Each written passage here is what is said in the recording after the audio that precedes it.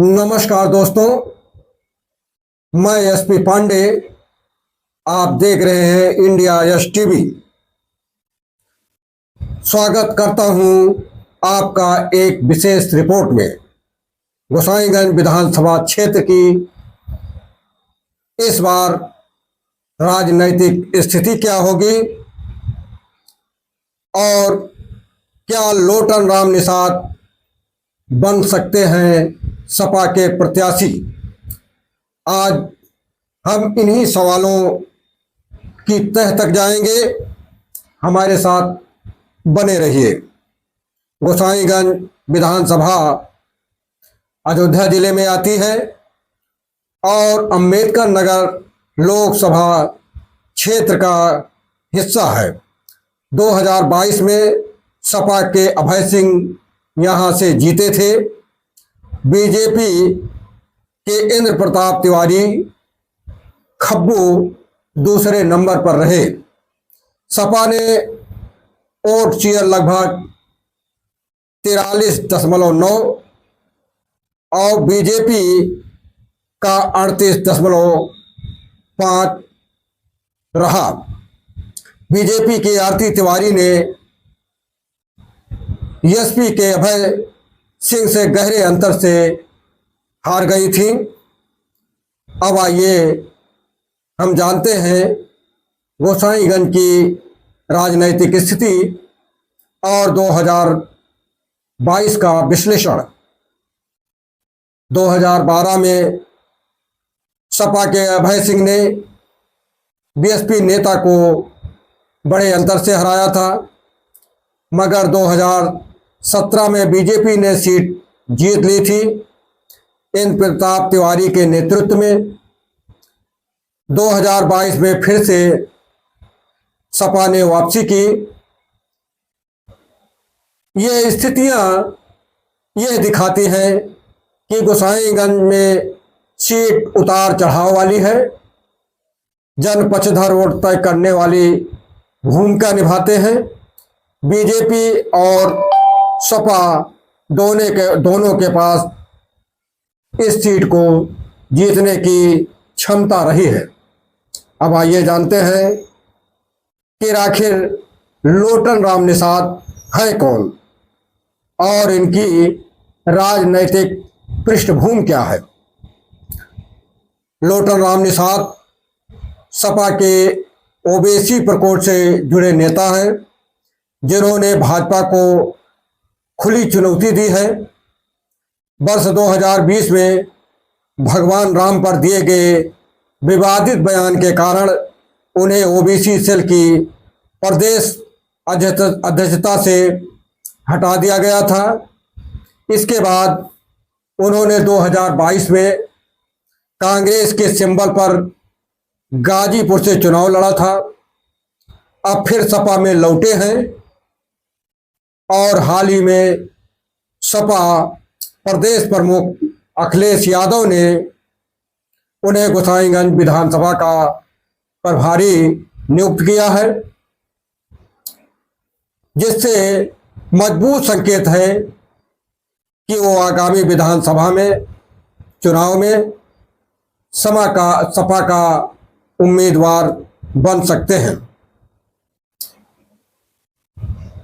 लोटन राम निषाद, अभय सिंह, धर्मवीर वर्मा की तुलना ग्राफ हम आइए समझते हैं और यहाँ से संभावित प्रत्याशियों पर भी एक दृष्टिपात करते हैं।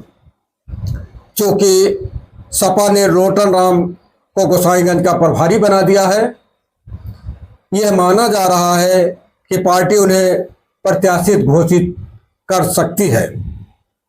हालांकि गोसाईगंज में धर्मवीर वर्मा का भी मजबूत आधार है और अभय सिंह की बगावत की भूमिका ने सीट को और पेचीदा बना दिया है।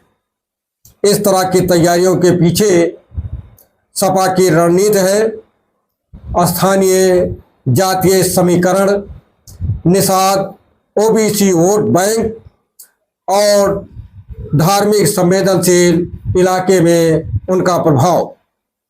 अब आइए जानते हैं कि लोटन राम निषाद का चुनावी और राजनीतिक इतिहास क्या है। 2020 तक ओबीसी सेल के प्रदेश अध्यक्ष रहे हैं। बहुचर्चित विवादित बयान था कि भगवान राम काल्पनिक, जिसके कारण उन्हें पार्टी से हटा दिया गया था। उसके बाद कांग्रेस के टिकट पर उन्होंने चुनाव लड़ा, फिर एसपी में वापसी की। अब अपनी सक्रिय राजनीति को गोसाईगंज के जरिए मजबूत करना चाह रहे हैं, जो कि सपा की पिछड़ी समाज रणनीति में फिट बैठता है। अब आइए जानते हैं कि गोसाईगंज में सियासी समीकरण क्या है और संभावनाएं क्या क्या बनती हैं। गोसाईगंज में निषाद, यादव, मुस्लिम और अन्य ओबीसी वोटिंग महत्वपूर्ण है। सपा यदि लोटन राम निषाद को प्रत्याशी बनाती है तो निषाद, वर्मा और अभय सिंह से मुकाबला होगा। बीजेपी ने पिछली बार मजबूत प्रदर्शन किया, मगर एसपी की तैयारी अब पीडीए पीपुल्स डेमोक्रेटिक अलायंस के साथ उनकी स्थिति और सशक्त हो सकती है। लोटन राम निषाद की संभावित तस्वीर क्या है, सपा दृष्टिकोण क्या है, इसको लेकर भी आइए हम चर्चा करते हैं। लोटन राम निषाद सपा द्वारा गोसाईगंज विधानसभा का प्रभारी बनाए गए हैं और पार्टी के रणनीति में वो संभावित प्रत्याशी बन सकते हैं। उनका राजनीतिक सफर विवादों से भरा रहा है, लेकिन अब सपा उन्हें पुनः अवसर दे रही है कि वह गोसाईगंज में अपना असर दिखाएं। अभी निर्धारित समय तक सपा या भाजपा ने आधिकारिक उम्मीदवार घोषित नहीं किया है, लेकिन स्थिति को देखते हुए अगला चरण यानी 2027 यूपी विधानसभा से संबंधित रणनीतिक महत्वपूर्ण है। बस आज यहीं तक। जो लोग जहां से भी देख रहे हैं, चैनल को लाइक, शेयर व सब्सक्राइब करना न भूलें तथा कमेंट बॉक्स में यह जरूर लिखें कि आखिर गोसाईगंज विधानसभा से सपा किसको अपना उम्मीदवार बना सकती है और यहाँ के लिए कौन तगड़ा और जिताऊ प्रत्याशी हो सकता है। धन्यवाद।